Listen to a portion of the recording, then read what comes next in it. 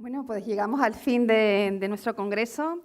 La verdad es que estamos entusiasmados las personas que organizamos, sobre todo quien organiza el congreso, al equipo de la POP, que ha hecho posible que estemos hoy aquí de la mejor manera y espero que hayáis disfrutado. Ha sido un día intenso, sobre todo de reflexión, de diálogo y de intercambio de propuestas que nos reafirman en una idea fundamental, que la transformación de nuestro Sistema Nacional de Salud para dar respuesta a la cronicidad solo es posible si lo hacemos juntos. Quiero agradecer de manera muy especial a todos los ponentes su generosidad, a las instituciones que se han estado presentes, a cada una de las organizaciones de pacientes que habéis participado y enriquecido este congreso con vuestra mirada y compromiso, y a las empresas que han colaborado en este congreso. Durante este día han surgido y emergido muchísimos mensajes muy claros, que la cronicidad exige de una mirada integral que combine lo sanitario y lo social, de todas las personas, también de la infancia, que la transformación digital y el uso de los datos debe estar al servicio de las personas y no al revés, que necesitamos garantizar la equidad en el acceso a la innovación, a los tratamientos y a los cuidados sin importar dónde vivamos, que la voz de los pacientes debe formar parte de manera estructurada de la toma de decisiones, no solo de manera consultiva, sino como socios estratégicos en la construcción de políticas públicas, y que la prevención, la salud comunitaria y la protección de los derechos sociales son pilares fundamentales para responder a la cronicidad en toda su complejidad.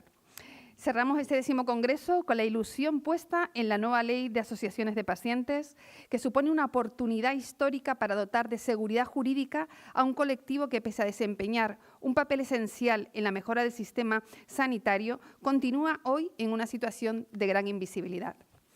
Esta ley debe ser un punto de inflexión para dotar de estabilidad y legitimidad a un movimiento que es esencial para la sostenibilidad del sistema y para garantizar que los pacientes tengamos una voz clara y fuerte en las decisiones de salud. La POP y nuestras entidades, miembros, hemos participado en la consulta abierta por el Ministerio de Sanidad para el anteproyecto de ley de asociaciones. Algunos de estos aspectos fundamentales que hemos podido aportar entre todos es la necesidad de un reconocimiento institucional a las organizaciones de pacientes como agentes sociales legítimos con voz estructurada en las políticas públicas en salud, definir de forma clara qué es una asociación de pacientes y principios rectores, autonomía, independencia, transparencia, equidad y representación de pacientes, familiares y cuidadores, contar con un inventario estatal que garantice la transparencia, la legitimidad y representatividad, incluyendo a las enfermedades raras, la participación efectiva y garantizada en todo el ciclo de las políticas, sin perjuicios personales o laborales, con apoyo económico y telemático, sostenibilidad y apoyo en la financiación estable, formación, acceso a datos epidemiológicos y fortalecimiento de redes comunitarias y de apoyo. A partir de ahora, esperamos poder seguir dialogando con el Ministerio y aportando nuestra visión para construir juntos los pilares de este sector asociativo de pacientes que tiene muchísimo futuro. Amigos y amigas, cerramos este 19º Congreso con la mirada puesta en el futuro, con el compromiso de seguir trabajando, de seguir construyendo puentes, de no conformarnos para lograr que cada persona con enfermedad crónica tenga garantizados sus derechos, su acceso a la salud, a una calidad de vida, y que las asociaciones de pacientes tengamos derecho a ser tenidos en cuenta de forma garantista. Os invito a que todo lo que hemos compartido aquí no quede en estas paredes maravillosas donde estamos del CaixaForum, a las que le damos las gracias por recibirnos, sino que llevemos a nuestras asociaciones, a nuestras comunidades y a cada espacio de decisión donde participemos, que los pacientes tenemos que estar presentes. Quiero agradecer a Javier Padilla, el secretario de Estado de Sanidad, por acompañarnos en este cierre. Su presencia aquí es un símbolo de que las instituciones escuchan y reconocen el valor de las organizaciones de pacientes. Esperamos seguir colaborando estrechamente para que las propuestas que hemos compartido en este congreso se traduzcan de verdad en políticas reales y en mejoras palpables para las personas. Y agradeceros, nada más que gracias, gracias, gracias. Y a continuación toma la palabra Javier Padilla, secretario de Estado de Sanidad.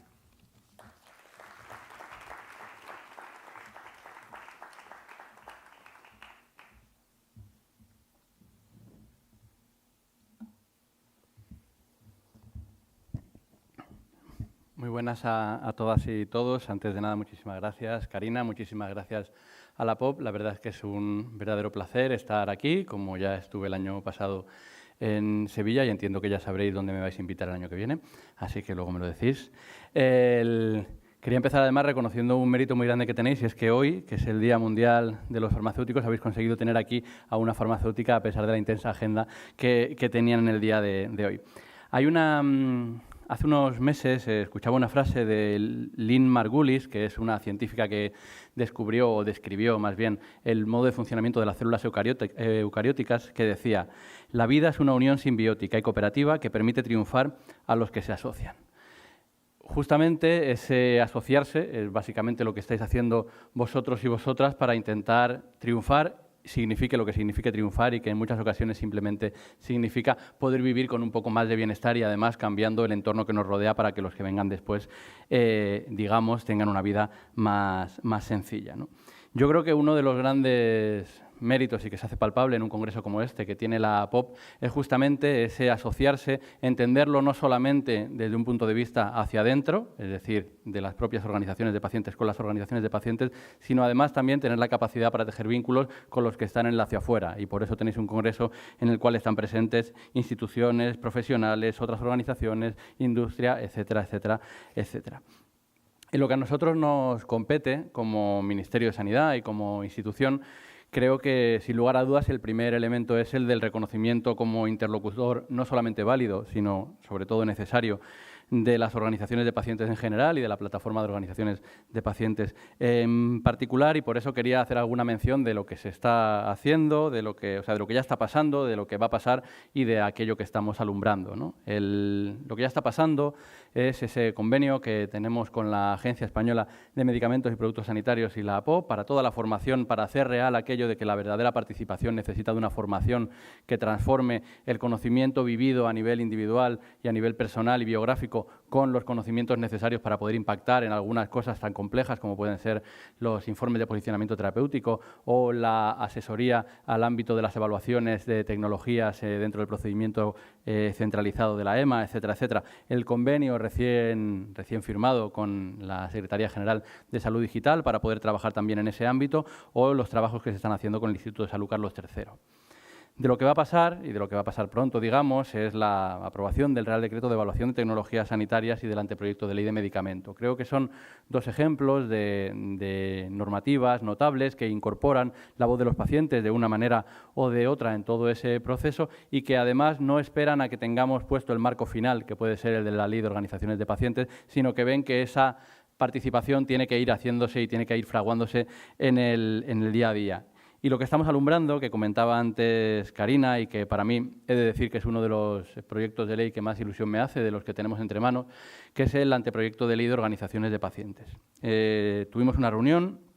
en la que estuvimos conjuntamente con otras organizaciones y organizaciones de organizaciones de pacientes, donde estuvimos debatiendo sobre qué creíamos que tenía que tener un anteproyecto de ley de organizaciones de pacientes y de qué manera podía eso abordar las dificultades y los retos que teníais las organizaciones de pacientes. Y nos llevamos una